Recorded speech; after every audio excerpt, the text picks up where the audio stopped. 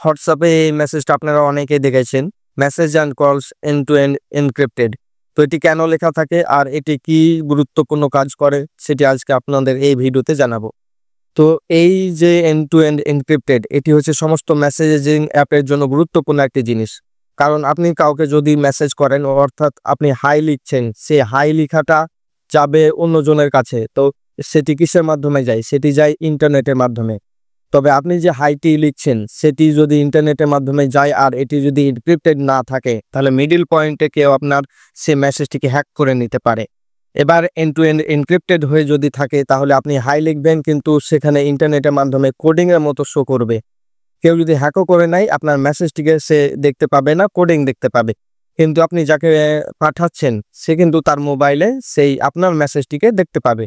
তো এর জন্য সমস্ত চ্যাট অ্যাপে বা মেসেজিং অ্যাপে এন্ড টু এন্ড এনক্রিপ্টেড হওয়া অত্যন্ত জরুরি।